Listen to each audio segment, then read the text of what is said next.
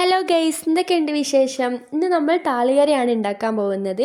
കർക്കിടക മാസത്തിലൊക്കെ ശരീരരക്ഷയ്ക്കായിട്ട് പലതരം വിഭവങ്ങൾ എല്ലാവരും ഉണ്ടാക്കി കഴിക്കാറുണ്ട്. അപ്പോൾ അതിൽപ്പെട്ട ഒന്നാണിത്, താളികറി. അപ്പോൾ ഇതെങ്ങനെ ഉണ്ടാക്കാം എന്നുള്ളത് നമുക്ക് നോക്കാം. അതിനായിട്ട് ഞാൻ അവിടെ താളെടുത്ത് വെച്ചിട്ടുണ്ട്. ഇത് ഇളം തണ്ടാണ് എടുത്തിട്ടുള്ളത്. ഇതിൽ ഇളം തണ്ട് ചെറുതായിട്ടുള്ള ഇലകളും എടുക്കാം. ഇനി ഇതിൻ്റെ ഈ പുറമേയുള്ള ഈ നൂലൊക്കെ എല്ലാം നമ്മൾ ഇതേപോലെ കത്തി കൊണ്ടൊന്ന് എടുത്ത് മാറ്റണം. എല്ലാം ഇതേപോലെ ചെയ്തിട്ട് ചെറുതായി ഇത് കട്ട് ചെയ്തെടുക്കണം. ഇതുപോലെയാണ് ഈ താളി കട്ട് ചെയ്തെടുക്കേണ്ടത്. അങ്ങനെ തന്നെ നമ്മൾ ഇതിലുള്ള തണ്ടും ഇലയും എല്ലാം ഇതേപോലെ അരിഞ്ഞ് വെച്ചിട്ടുണ്ട്. ഇനി ഇത് നമുക്കൊന്ന് കഴുകി ഊറ്റിയെടുക്കാം.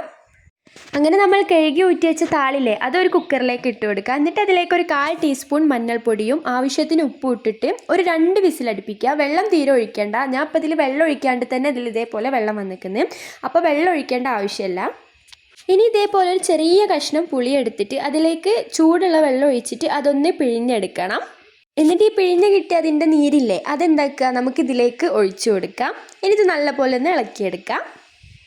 ഇനി ഇതൊന്ന് വറവിട്ടെടുക്കണം. അതിനായിട്ട് ഇവിടെ 5 ചെറിയുള്ളിയാണ് എടുത്തിട്ടുള്ളത്. ഇത് അത്യാവശ്യം വലിയ ചെറിയുള്ളി അതിനെ കൊണ്ടാണ് ഞാൻ 5 എടുത്തിട്ടുള്ളത്. ചെറുതാണെങ്കിൽ നിങ്ങളൊരു 10 ചെറിയുള്ളി എടുക്കണം.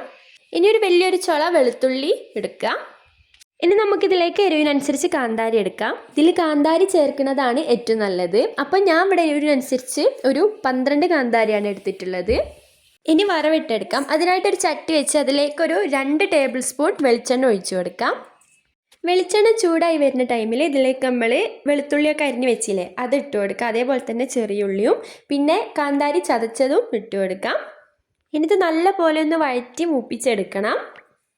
അങ്ങനെ ഇത് നല്ല പോലെ വഴന്ന് വന്നിരിക്കുന്നത്. ഈ രീതിയിലാവുമ്പോൾ നമുക്കിനിത് നമ്മുടെ താളികറിയില്ലേ, അതിലേക്ക് ഇനിത് ഒഴിച്ചു കൊടുക്കാം. ഇനി ഇത് നല്ല പോലെ ഒന്ന് മിക്സ് ചെയ്തെടുക്കാം. അങ്ങനെ ഇത് നല്ല പോലെ മിക്സായി വന്നിരിക്കുന്നത്. നല്ല ടേസ്റ്റാണിത് കഴിക്കാൻ. നിങ്ങളിത് എന്തായാലും ഒന്ന് ട്രൈ ചെയ്ത് നോക്കണം. കർക്കിടക മാസത്തിലൊക്കെ ശരീരത്തിന് നല്ലതാണിത് കഴിക്കുന്നത്. ചോറിൻ്റെ കൂടെയൊക്കെ കൂട്ടി കഴിക്കുന്നത് നല്ല ടേസ്റ്റുമാണിത് കഴിക്കാനായിട്ട്. ശരീരത്തിന് വളരെയധികം നല്ലതാണ്. അപ്പോൾ നിങ്ങളിത് എന്തായാലും ഒന്ന് ട്രൈ ചെയ്ത് നോക്കണം. ഇന്നത്തെ വീഡിയോ ഇത്രയേ ഉള്ളൂ. അപ്പോൾ പുതിയൊരു വീഡിയോ ആയിട്ട് വീണ്ടും കാണാം. എല്ലാവരും എൻ്റെ ചാനൽ ലൈക്ക്, ഷെയർ, സബ്സ്ക്രൈബ് ചെയ്യണേ. അപ്പോൾ ബൈ.